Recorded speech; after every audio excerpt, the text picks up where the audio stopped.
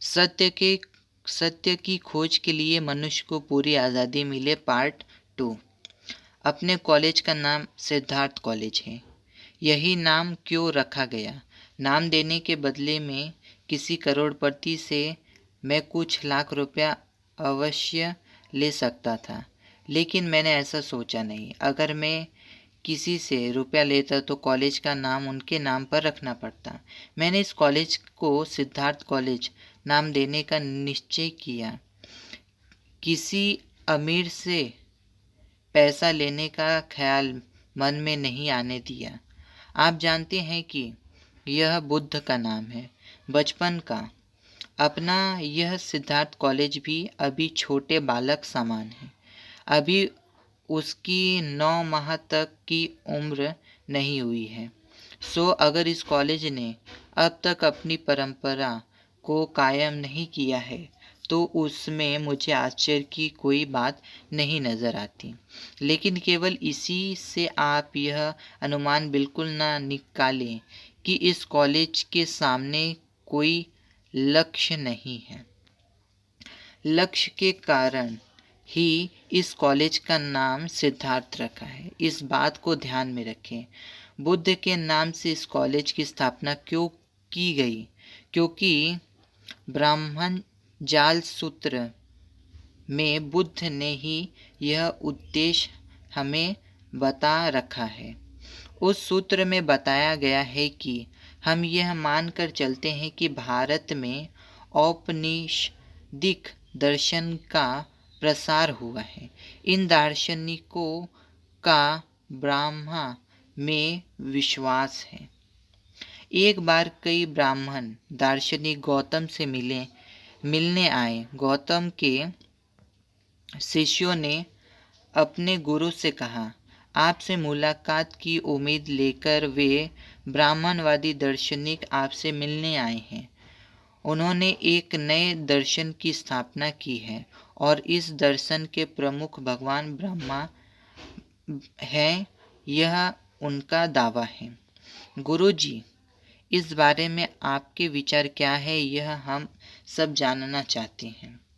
इस पर गौतम ने जो जवाब दिया वह विचारणीय है, ऐसा मुझे लगता है। गौतम ने ब्राह्मणवादियों से सवाल किया, क्या आप लोगों ने ब्रह्मा को देखा है? उन्होंने कहा नहीं। गौतम ने पूछा, क्या आपकी ब्रह्मा से बातचीत हुई है? जवाब मिला नहीं। गौतम ने पूछा, क्या आपने ब्रह्मा के बारे में कुछ सुना है? फिर जवाब मिला नहीं। गौतम ने पूछा, क्या आपने ब्रह्मा को चखा है? जवाब वही था, नहीं। तब गौतम ने उनसे कहा कि जब आप कहते हैं कि आपके पंच ज्ञानेंद्रियों ने और पंच कर्मेंद्रियों ने ब्रह्मा क्यों है इसका अनुभव नहीं किया, तो फिर ब्रह्मा है यह आप किस भरोसे से कहते हैं? इस पर ब्राह्मणवादियों से कोई जवाब देते नहीं बना। मैं आपको गौतम के एक और व्याख्यान के बारे में बताता हूँ। महापरिनिब्बाण सूत्र में इस बारे में विवेचन हुआ है। गौतम आसन्न मरण स्थिति में थे। उस दौरान उनके प्रमुख शिष्य कुशीनार में रहते थे।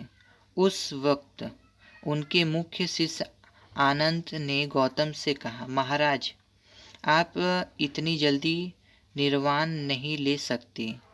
ऐसी कई बातें बाकी हैं जिनके बारे में आपने अपना निर्णय अभी हमें नहीं दिया है, हमारा मार्गदर्शन नहीं किया है। बुद्ध ने इसका जो जवाब दिया वह सचमुच विचारणीय है। उन्होंने कहा, मैं 40 सालों से आपके साथ रहा हूँ, यानी मेरी उम्र अब पूरे 80 साल की है। इतने सालों तक मैं आपके संपर्क में रहा हूँ, इसलिए आपके कहने पर मुझे आश्चर्य हो रहा है कि आपने कुछ प्रश्नों के जवाब अभी भी आपको नहीं मिले हैं। सभी सवालों के जवाब आपको मुझे नहीं मिले हैं, यह मुझे असंभव लगता है। अपने 40 सालों के संबोधन में बताने लायक अभी कुछ बाकी रहा हो, ऐसा मुझे नहीं लगता। आपके इस सवाल से आपके दिमाग में कुछ गड़बड़ है, ऐसा मुझे लगता है।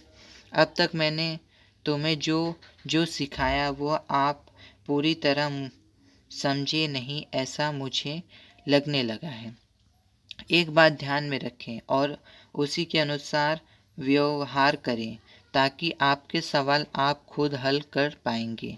यानी कि कोई बात केवल मैं कहता हूँ इसलिए सत्य है, ऐसा आप ना माने। आपकी विचार शक्ति, आपकी तर्क शक्ति अगर उस बात को सच मानती हो तभी उसको स्वीकार कीजिए, वरना बेझिझक उसे छोड़ दीजिए। यही मेरी आपको सीख है। गौतम बुद्ध के इस कथन का क्या मतलब है? इसका मतलब यही है कि हर व्यक्ति को सोचने की आज़ादी है।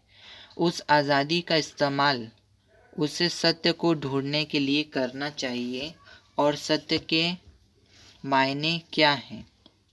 व्यक्ति के पंच कर्मेंद्रियों और पंच ज्ञानेंद्रियों को जो सही लगे वही सत्य है। यानी कि सत्य दिखाई दे, सुनाई दे, उसे हम घूंघ उसे हम सूंघ सके, उसका स्वाद ले सके और उसके अस्तित्व के बारे में हम लोगों को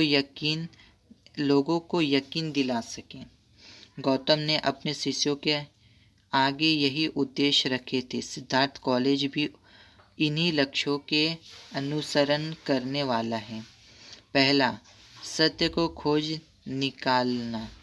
दूसरा, मानवता की सीख देने वाले धर्म का ही अनुसरण करना।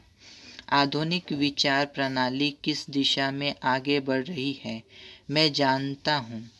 मैं आपसे यह भी कह देता हूँ कि कार्ल मार्क्स के दर्शन से भी मैं अवगत हूँ।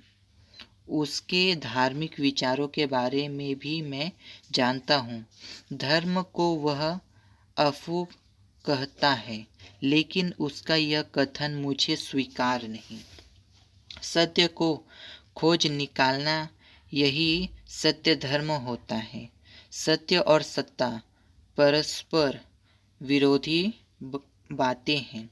शास्त्र भी किसी बात को परिपूर्ण या अंतिम नहीं मानता, इसलिए सत्य भी अधूरा होने के कारण कालानुसार बार बार उसे खोजना कर्म प्राप्त है। इसी कारण दुनिया में पूरी तरह पवित्र कुछ भी नहीं। धर्म यानी सत्य, यह हमें सीखना होगा। नहीं सत्यान परमो धर्मः, यानी सत्य से बढ़कर कोई धर्म नहीं। हमारा लक्ष्य भी यही हो, हम किसी और को कभी दुख न पहुँचाएं। यही हमारे धर्म की सीख होनी चाहिए। सत्य खोजने में व्यक्ति को पूरी आज़ादी मिले, यही अपने इस कॉलेज का लक्ष्य हो। धन्यवाद।